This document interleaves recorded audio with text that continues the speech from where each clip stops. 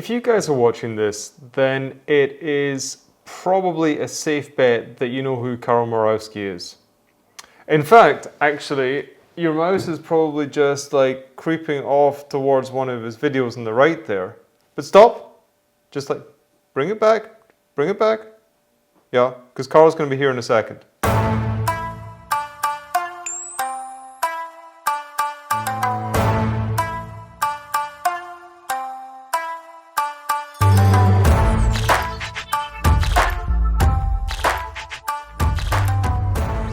Guys, welcome back to the video. I'm Matt Wilson, this is CRD, and today we're going to be answering some of the questions that Carl asked Carl in a little video skit they did last week on buying your first pair of Salvage denim jeans. The thing is, like, this little skit was done so well, the questions were so on point, and yeah, there are just so many aspects of getting into Salvage denim, of getting into raw denim.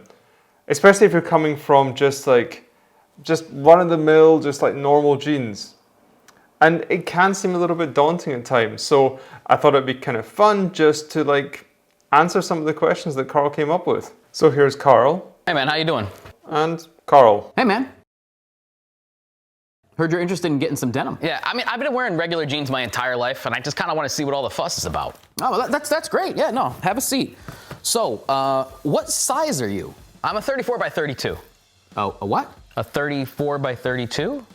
Why are there two numbers? What do you mean? The first number is the waist size. The second is the length of the. I figured you'd know this.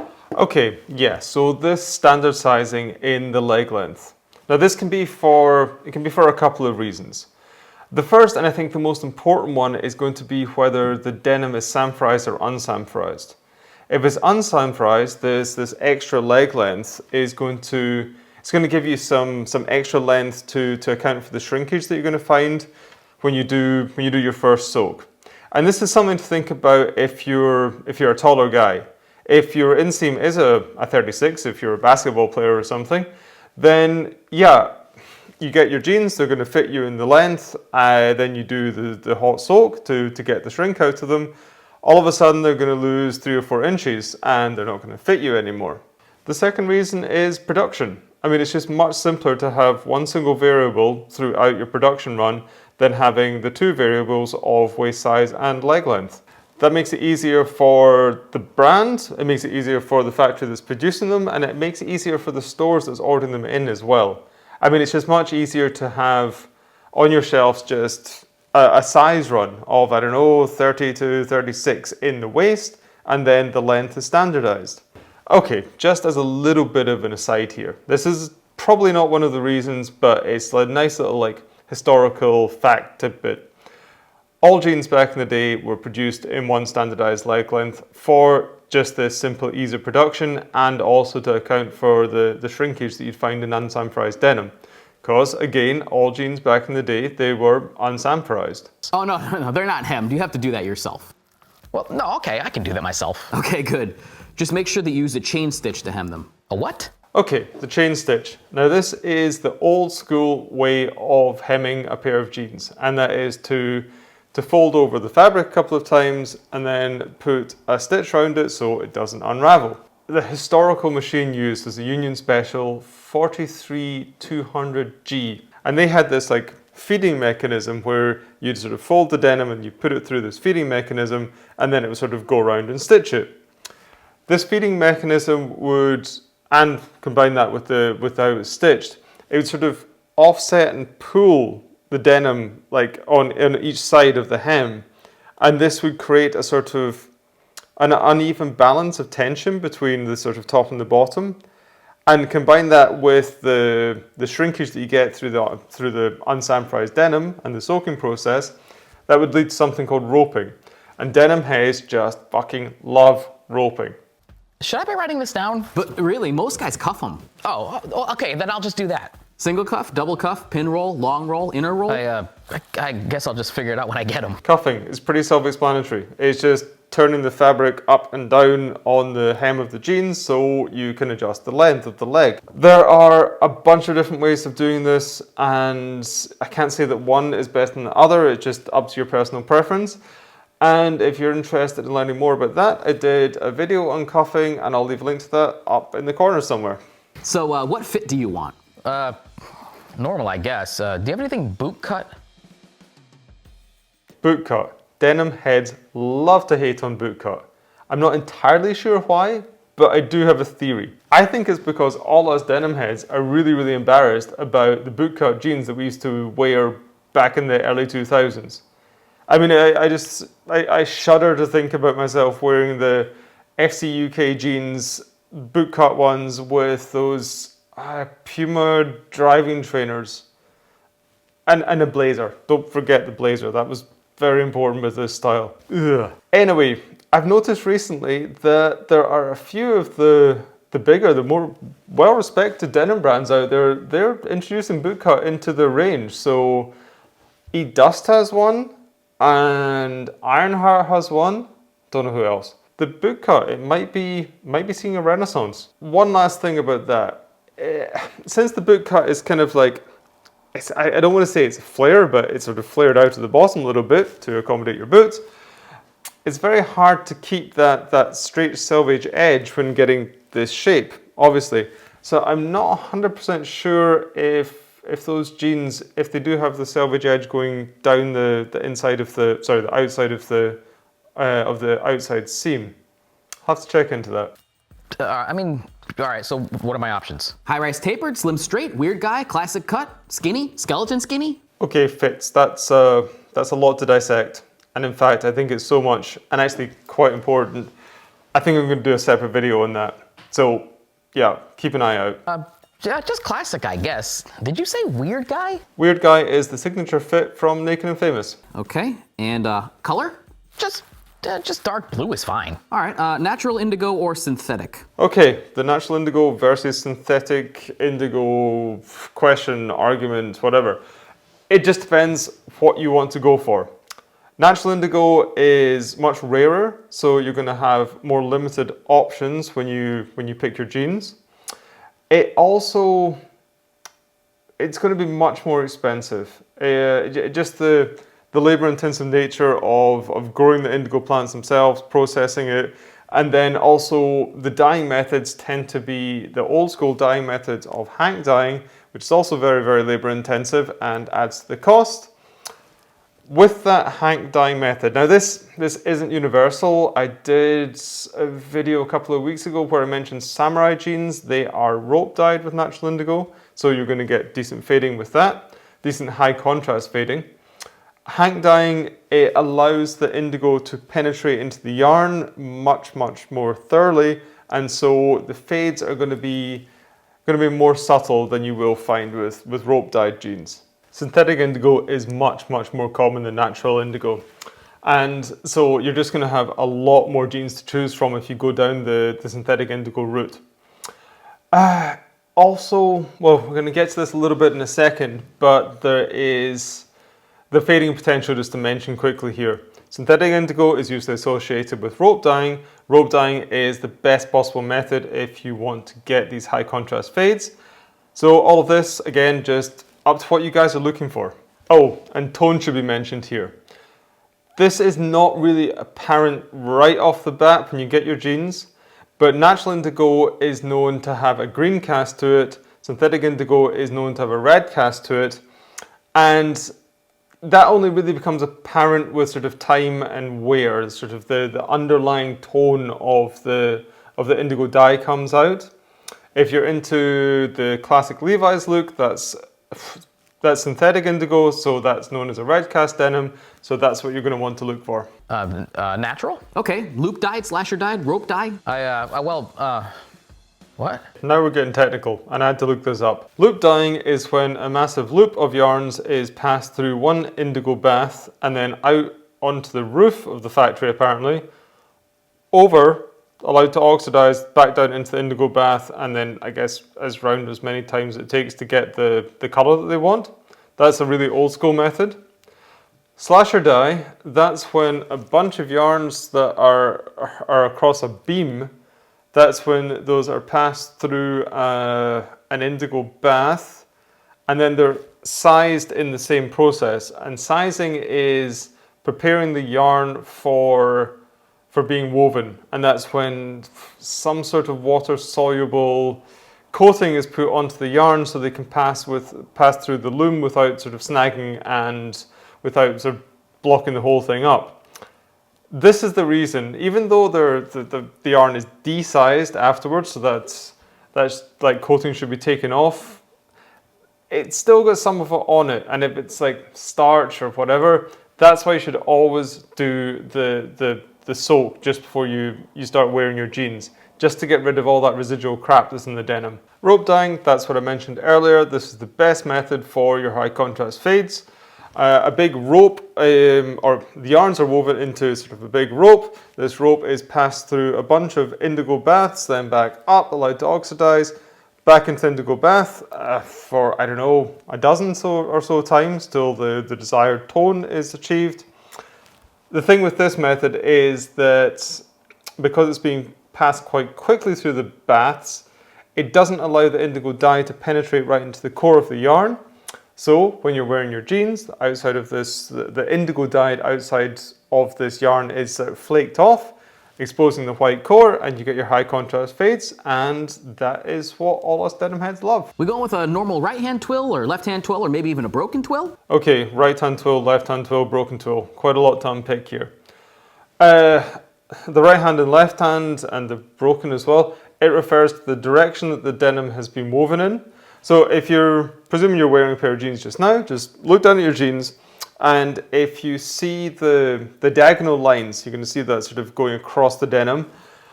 If that's going off towards the right, then it's a right hand twill. If it's going off towards the left, then it's a left hand twill. Broken twill, you can tell because if you turn the jeans inside out and have a look, it looks more staticky. It doesn't have sort of a direction to the denim.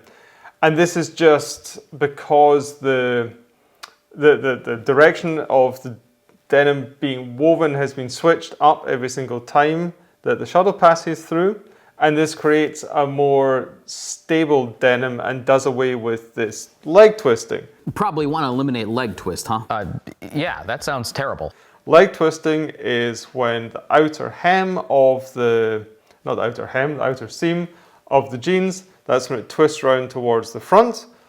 A lot of us denim heads love it. I personally love it. Some guys really, really hate it. So if you want to eliminate that, go for broken twill, because the leg twist is caused by the denim shrinking up and twisting with the direction the yarns have actually been woven in. So you're going to find right hand twill twists more than left hand twill, but you're still going to get some, oh god, this is a lot. You're still going to get some leg twist with left hand twill denim, but it's going to be going the other direction, sort of around the back of your leg. And yeah, broken twill should balance each other out because it's going in every direction. So it should, when it shrinks up, it should shrink up evenly. Even I'm confused about all that. Are we going with selvage? Oh yes, that I know. The more exposed selvage, the better. Okay, exposed selvage. I'm presuming this is referring to design details where you see that selvage edge, where you see that sort of selvage ID. This is something that denim heads tend to be a little bit snobby about. And yeah, I will admit that some brands really overdo it. I personally don't like it because I find that in the jeans that have had selvage details on, it's been in really impractical places, like my nudie jeans I'm thinking of right now. Along the top of the coin pocket, that's got an exposed selvage edge. And that's just not as strong as when the fabric's been folded over a couple of times. And I found that the coin pocket just wore through really, really fast and ended up just hanging off. So that's why I don't really like it. There's other brands that do it for a very good reason as a design detail. End Rhyme is one I'm thinking of in their waistband. But yeah, there's no reason to be snobby about this. It's just personal preference and it's up to what you guys like. If you really want to adhere to the rules and regs of a denim head, exposed selvage is allowed when you cuff your jeans, and peekaboo selvage at the coin pocket. Okay, what Japanese mill? Wait, does it have to be Japanese? Nope, it does not have to be Japanese. This is another snobby denim head thing. There are amazing mills all over the world making amazing denim. Maybe back in the day when the whole sort of raw selvage denim thing got going, maybe the Japanese denim was a cut above the rest. I don't really know about that. But yeah, I know for certain nowadays that there are mills all over the world making amazing, incredible denim. And so your denim doesn't have to be Japanese. Oh, okay. Well, whatever you recommend. All right, what weight? Thick. Thick. So that's going to be the heavyweight category then. That is 17 ounces and above. 21 ounce? 21 ounce is the highest I would go personally. In fact, I probably wouldn't even go that high. Sure, that's fine. Maybe 32 ounce. And 32 ounce is ridiculous. It was a joke, an inside joke that got into the water supply. People started to take it serious and actually wore these things. I think the 32 ounce denim Naked Famous was the first one to do this. And it was a marketing stunt. It was like, look, we can make the heaviest jeans in the world. I don't think they ever thought anybody was actually going to wear them. But they did, and somehow people started thinking heavier is better. Wearing a 32 ounce denim is literally like wearing 3 pairs of jeans on top of each other. It's going to be bloody uncomfortable and almost impossible to wear day to day. Yeah, no, I guess that's good too. 32 ounces is gonna be hard to get. And yeah, 32 ounce is going to be pretty difficult, if not impossible to get. I don't think Naked and Famous make them anymore. A year or so ago, they did another round of them. Again, I think just for fun. I think even just sewing these things together is just a huge, huge hassle. I remember reading somewhere that the seamstresses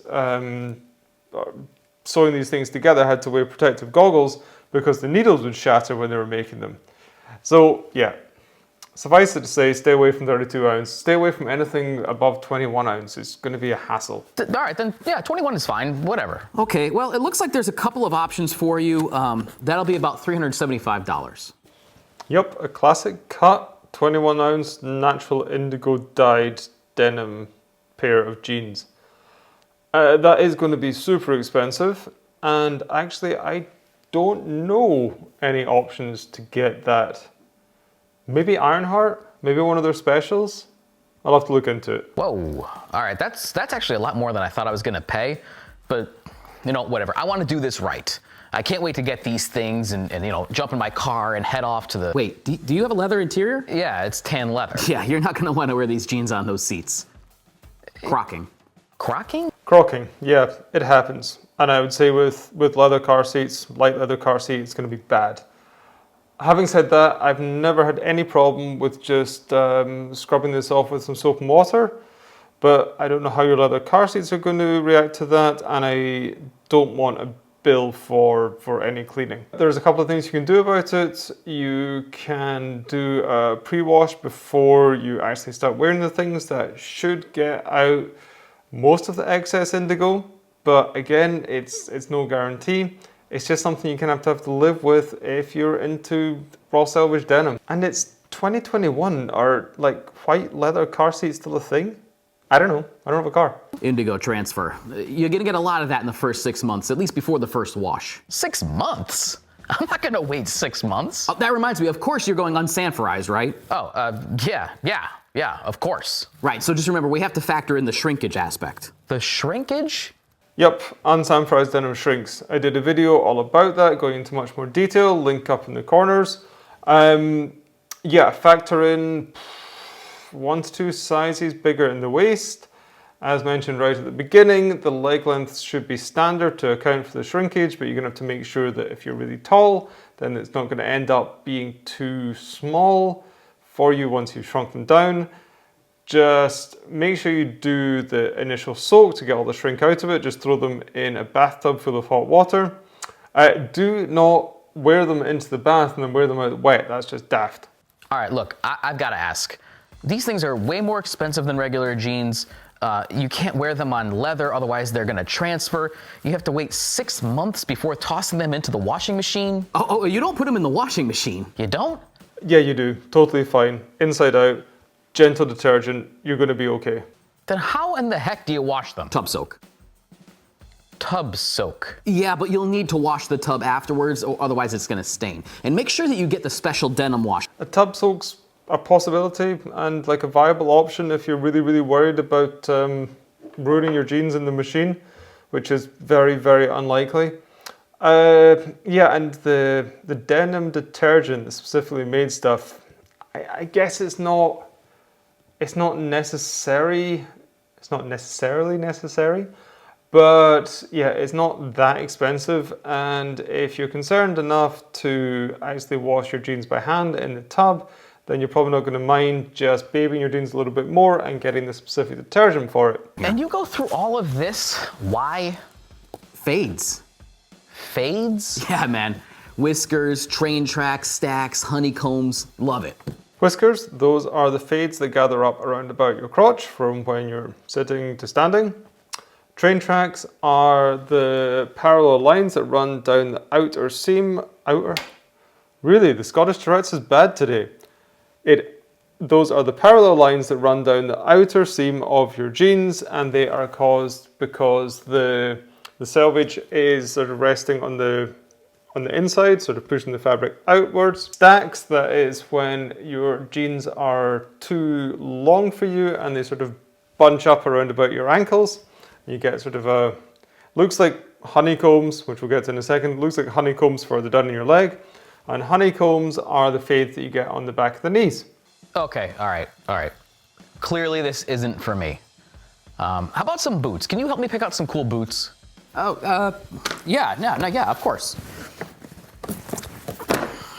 Mock toe, engineer, packer boot, roper boot, lace to toe, button boot, cowboy boot. Carl knows way more about boots than I do, like way more than I do. So head over to his channel. Can I link that up in the corners? If I can, it's linked up in the corners. If I can't, then it's definitely down in the description below.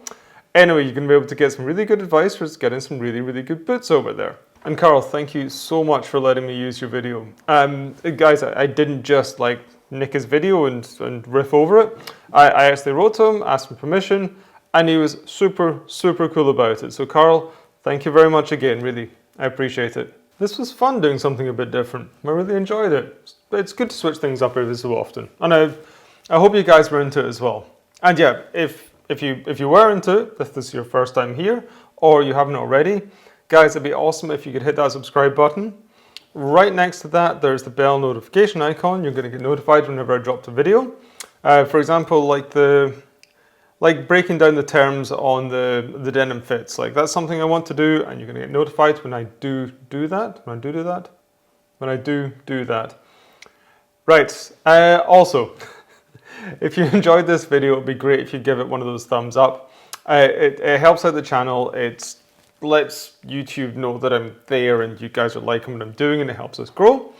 And yeah, guys, that just leaves it to say, I hope everyone's happy and healthy out there. Hope you're taking care of yourselves. Hope you're taking care of each other. And I'm going to see you in the next vlog.